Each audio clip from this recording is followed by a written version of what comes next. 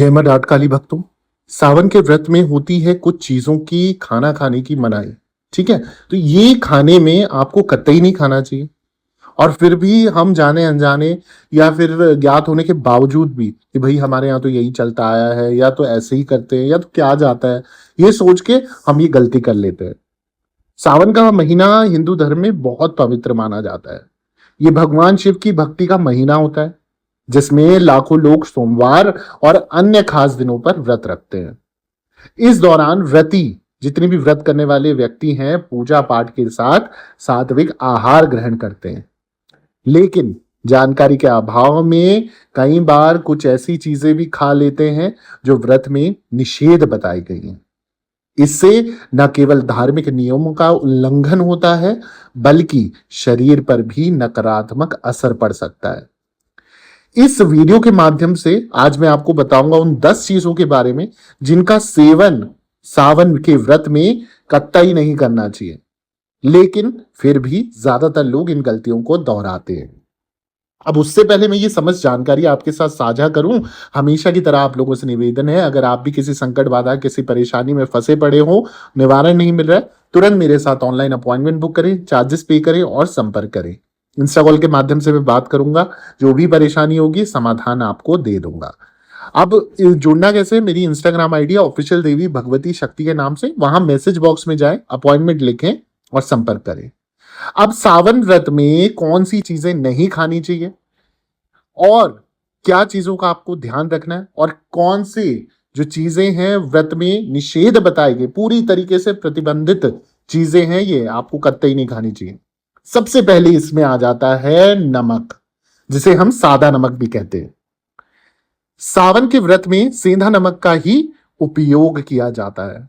साधारण आयोडीन से भरपूर नमक को निषिद्ध माना गया है, क्योंकि ये तामसिक भोजन की श्रेणी में आता है। तो जितने भी व्यक्ति हैं, जितने भी जन हैं जो व्रत कर रहे हैं, खासकर जो व्रत कर रहे हैं, उन्हें जो सादा नमक है, व्हाइट आयोडीन नमक है, उससे परहेज करना ही करना होगा। दूसरी जो चीज है वो है व्रत में अनाज का सेवन करना वर्जित होता है। गेहूं और चावल जैसे अनाज भारी होते हैं और सात्विकता के नियमों के खिलाफ माने जाते हैं।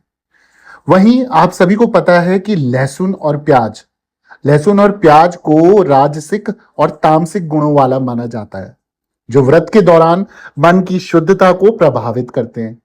इसलिए इनका सेवन वर्जित माना जाता है। वहीं अगली जो चीज है मैं आपको बता दूं कि व्रत में हल्का, सुपाच्य और कम मसाले वाला भोजन ही उपयुक्त माना जाता है। ज्यादा तेल वाला, मिर्च वाला, तले हुए चीजें जो भोजन से शरीर में तामसिक प्रवृत्ति बढ़ती है। तो आपने ध्यान रखना है कि मसालेदार और तला भुजा जो भोजन होता है ना, वो आपने परहेज करना है और बिल्कुल निषेध है, नहीं खाना चाहिए। बाजार में मिलने वाले कई व्रत स्नैक्स में कृत्रिम सामग्री, रिफाइंड ऑयल और साधारण नमक होता है, जो व्रत के नियमों का उल्लंघन करता है। ये तो स्पष्ट ही है कि सावन के व्रत में मांस, मछली, अंडा जैसी पूरी तरीके से ये चीजें वर्जित है। लेकिन कई लोग व्रत के बाद या बीच के दिनों में इनका सेवन करते हैं, जो कि बिल्कुल गलत है। आपने पूरे सावन यानी कि 9 अगस्त 2025 तक इसका परहेज करना ही करना है। शिव भक्ति में इस पावन महीने में धूम्रपान और मादक चीजों से पूरी तरह दूर रखना चाहिए। ये मानसिक और शारीरिक शुद्धता को भंग करते हैं। कुछ फल और सब्जियां जैसे बैंगन हो गया, मशरूम हो गया, भिंडी हो गई, ये व्रत में नहीं खाया जाता, क्योंकि इन्हें क्या होता है, तामसिक प्रकृति का माना जाता है। तो इस तरीके की जो फल और सब्जियां हैं वो आपने कतई ही ग्रहण नहीं करनी। अगली जो चीज है मैं आपको बता दूं, मैदे से बनी चीजें जैसे होगी ब्रेड हो गई, आपकी बिस्किट हो गया, ये सब पेट के लिए ना भारी होता है और अपाच्य भी होता है। तो इन्हें व्रत में खाना अनुचित माना जाता है। तो इससे पाचन भी बिगड़ता है, तो आपने ध्यान रखना है। इनमें से अक्सर कृत्रिम फ्लेवर, रंग, संरक्षण होते हैं जो व्रत की सात्विकता को खत्म करते हैं। इसलिए इनसे भी परहेज ही करना चाहिए। जैसे रेडीमेड फ्रूट हो गया, क्रीम हो गया, या मिठाइयां हो गई, जितनी भी बना बुना के चीजें रख दी जाती है ना, इन सब से परहेज करो। जितना हो सके ताजा, फ्रेश और अपने घर पे जितना बना सको वो चीजें आप ग्रहण करो, सबसे ज्यादा बेस्ट है। सावन के व्रत सिर्फ एक धार्मिक अनुष्ठान नहीं है, बल्कि ये शरीर और मन को शुद्ध करने का एक माध्यम है। इसलिए जरूरी है कि आप व्रत के नियमों को सही तरह से समझें और उनको फॉलो करें।